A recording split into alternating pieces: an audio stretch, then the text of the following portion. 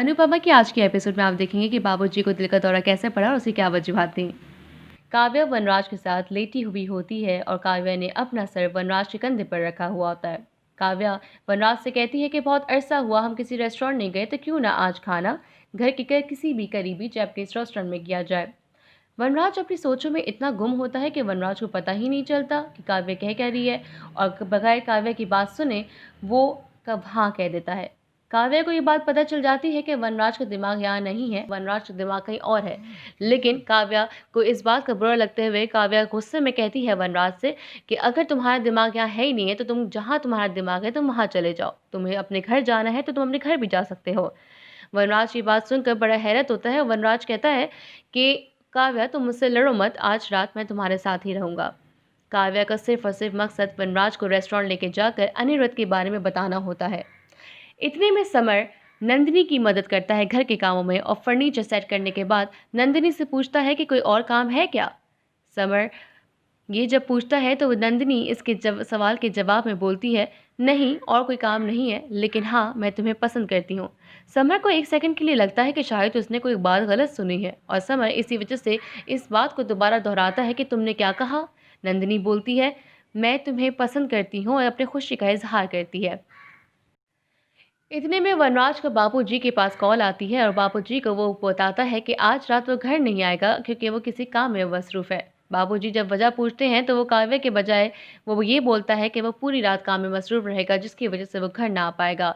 ये बात सुनने के बाद बापूजी अनु और बा को यही बात आगे बताते हैं, और बा ये सुनने के बाद बिल्कुल आग बगोला हो जाती हैं, और बा बोलती हैं अनु से कि जब तुम मेरे बेटे का ख्याल नहीं रख सकती, जब तुम वनराज को सही से खाना नहीं दे सकती, जब तुम वनराज की सही से खिदमत नहीं कर सकती, तो इससे अच्छा है तुम अपने घर चली जाओ।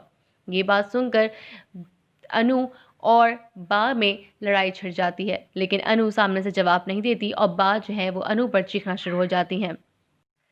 ये सूरत हाल देखकर बापूजी को ये बात अच्छी नहीं लगती कि वो अपनी बहू पर चीख रही हैं, तो वो बा को वार्न करते हैं, बा को खबरदार करते हैं, बा को रोकते हैं कि अनु पर इस तरह ना चिल्लाएं। बा और बापूजी के बीच में लड़ाई सिर छिड़ जाती है और उनमें बहसदारी हो जाती है। अनु बहुत कोशिश करती है कि बा और बापूजी के बीच में ये लड़ाई ठहर जाए और ये लड़ाई ख़त्म हो जाए, लेकिन अनु इसमें कामयाब नहीं हो पाती। बापूजी इतने में लड़ाई ख़त्म करके सिर्फ थोड़ा से आगे चलते हैं कि वो अचानक गिर पड़ते हैं, उनको दिल का दौरा पड़ जाता है। दिल का दौरा पड़ने पे ही अनु और बा भागती हुई बापूजी के पास जाती हैं, और उनकी हालत ये देखकर कँपकँपाना शुरू हो जाती हैं। ये हालत देखकर जब सूरत हाल बिल्कुल अनु के हाथ से निकलती हुई नज़र आती है, तो अनु स्वीटी को बोलती है कि वनराज को कॉल करे। स्वीटी वनराज को कॉल करती है, लेकिन वनराज रोमांस करने में काव्या के साथ इतना बिजी होता है कि वो अपना सेल फ़ोन साइलेंट मोड पे कर देता है, जिसकी वजह से उसको पता नहीं चलता कि काव्या उसे कॉल कर रही है। वनराज की नज़र जब मोबाइल की तरफ पड़ती है तो वनराज मोबाइल की तरफ बढ़ता है, लेकिन मोबाइल की जानब जैसे ही बढ़ता है तो काव्या बोलती है कि आज उसकी पहली रात है, और ये सुनते ही वनराज उसकी तरफ वापस मुतवज्जा हो जाता है। स्वीटी जब बार-बार कॉल करने के बावजूद राज को जवाब नहीं दे रहा होता, तो स्वीटी जो है वो अनु को बताती है कि पापा जो है वो फ़ोन नहीं उठा रहे। इतने में अनु को समझ नहीं आता वो क्या करे, इसलिए वो डॉक्टर को खुद कॉल करती है, और डॉक्टर अपना असिस्टेंट भेजता है। असिस्टेंट बापूजी को चेक करता है और कहता है कि उनकी कंडीशन क्रिटिकल है, और इनको अभी के अभी हमें हॉस्पिटल लेके जाना पड़ेगा, या तो गाड़ी के ज़रिए या तो एम्बुलेंस के ज़रिए।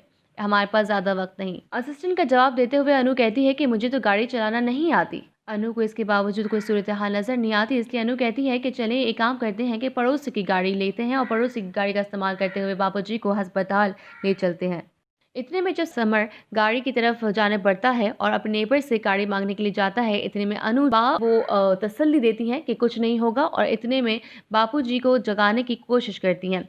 समर इतने में पड़ोस से की गाड़ी ले आता है, और वो उनको जो है और बापूजी को वो उसी गाड़ी में डालकर हॉस्पिटल की जानिब बढ़ते हैं। अनु और समर कहते हैं कि तो अनु और समर स्वीटी से मुखातिब होकर कहते हैं कि बा और मामा जी का ख्याल रखना।